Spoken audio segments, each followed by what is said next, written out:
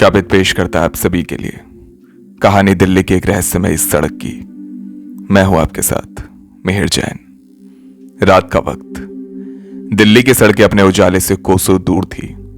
गहमा गहमी से दूर अंधकार में लिपटी हुई दिल्ली। दिसंबर का महीना, जब हवा का एक झोंका भी सारे शरीर से कपकपी छुड़ा देता था। ठंड और घने कोहरे ने शहर को एक रहस्यमय रूप दे दिया था। आसिफ, जो पेशे से एक जर्नलिस्ट था, एक गुप्त सूचना की खोज में निकला।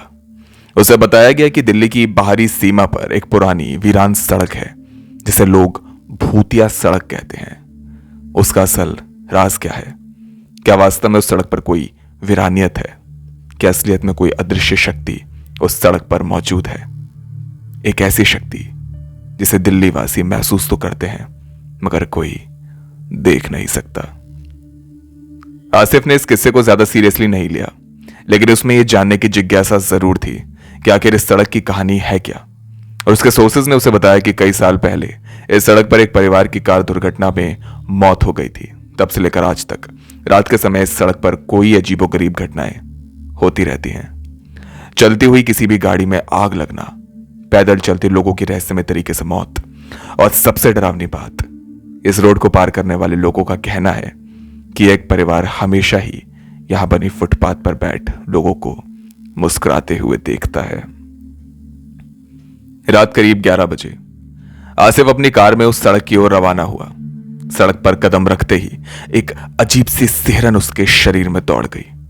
घना कोहरा हर चीज को ढक चुका था और सड़क पर केवल सन्नाटा। केवल उसकी कार की हेडलाइट्स जो उस अंधेरे को चीर रही थी। न जाने क्यों उस दिन आसिफ की गाड़ी का एफएम खुद ब खुद बज उठा। कुछ दूरी पर उसे एक पुराना बोर्ड दिखाई दिया जिस पर लिखा था, सावधान, आगे जाना मना है। आसिफ मुस्कुराया और बड़बड़ाते हुए बोला कि डराने की कोशिश कर रहे हो, लेकिन मैं एक जर्नलिस्ट हूं, डरता नहीं। मुस्कुराते हुए आसिफ ने उस भूतिया सड़क पर लगा वो बोर्ड तो पार कर लिया, मगर जैसे ही वो थोड़ा अंदर आया, उसके आते के साथ ही कुछ अजीब सी चीजें उसके साथ होने लगी। कार के रेडियो से एक अजीब फुसफुसाहट की आवाज आने लगी। उसने रेडियो बंद करने की कोशिश करी, लेकिन वो बंद ही नहीं हुआ। आवाजें धीरे धीरे तेज होती गई, जैसे कोई उससे कुछ कहना चाहता हो। कुछ आगे बढ़ते ही आसिफ ने देखा कि सड़क के किनारे एक औरत सफेद साड़ी पहने ठीक उसके सामने खड़ी थी। तो उसकी आंखें गहरी और चेहरे पर एक अजीब सा खालीपन था। वो औरत आसिफ की गाड़ी के करीब आते ही अचानक उसकी आंखों के सामने से गायब हो गई। आसिफ को अपनी आंखों पर यकीन नहीं हुआ। उसके शरीर में सिहरन दौड़ गई, लेकिन उसने खुद को संभाला और घबराहट का घूंट पीकर आगे बढ़ा। जैसे ही वो आगे बढ़ा, उसकी गाड़ी अपने आप मानो रुक गई। सड़क के किनारे से अजीब परछाइयां दौड़ती नजर आने लगी। आसिफ ने महसूस किया कि उसके ठीक पीछे खड़ा होकर कोई उसे घूर रहा है। उसने शीशे पर झांक कर पीछे की ओर देखा तो उसके ठीक पीछे उसकी रेयर सीट पर कोई और भी बैठा था, जिसने आसिफ के कान में कहा, चले जाओ यहां से। कुछ देर बाद सड़क एक सुनसान हवेली की ओर मुड़ गई। आसिफ ने सोचा कि शायद उस परिवार का घर होगा जिसकी कहानी उसने पहले सुनी थी। जैसे ही उसने गाड़ी रोकी, उस हवेली के दरवाजे खुद ब खुद खुल गए। अंदर अंधेरा था, लेकिन एक कमजोर सी रोशनी इसी कमरे से लगातार आ रही थी। आसिफ ने हिम्मत कर अंदर कदम रखा। कमरे की दीवारों पर खून के धब्बे और कुछ अजीब से निशान बने हुए थे। तभी एक बच्चे की हंसी सुनाई दी, जिसकी आवाज ने आसिफ को ऊपर से नीचे तक मानो एकदम ठंडा कर दिया। कौन है?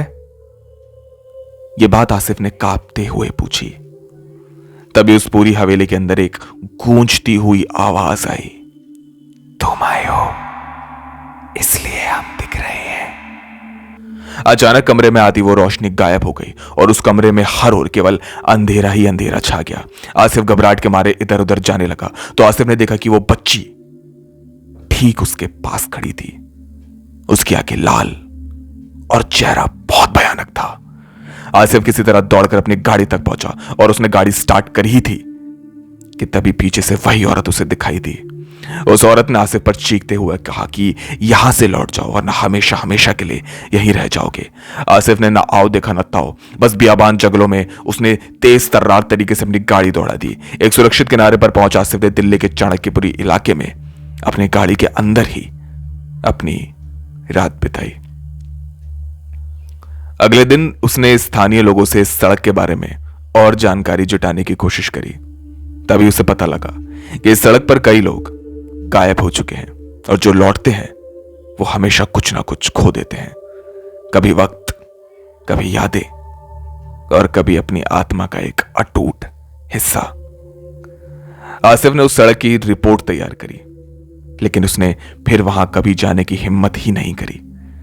दिल्ली की इस रहस्यमय सड़क ने उसे यह सिखा दिया कि कुछ रहस्य सिर्फ रहस्य ही रहने चाहिए, और ये रहस्य आज भी दिल्ली वासियों के लिए रहस्य ही रहे तो बेहतर होगा। मैं हूं आपके साथ मिहिर जैन।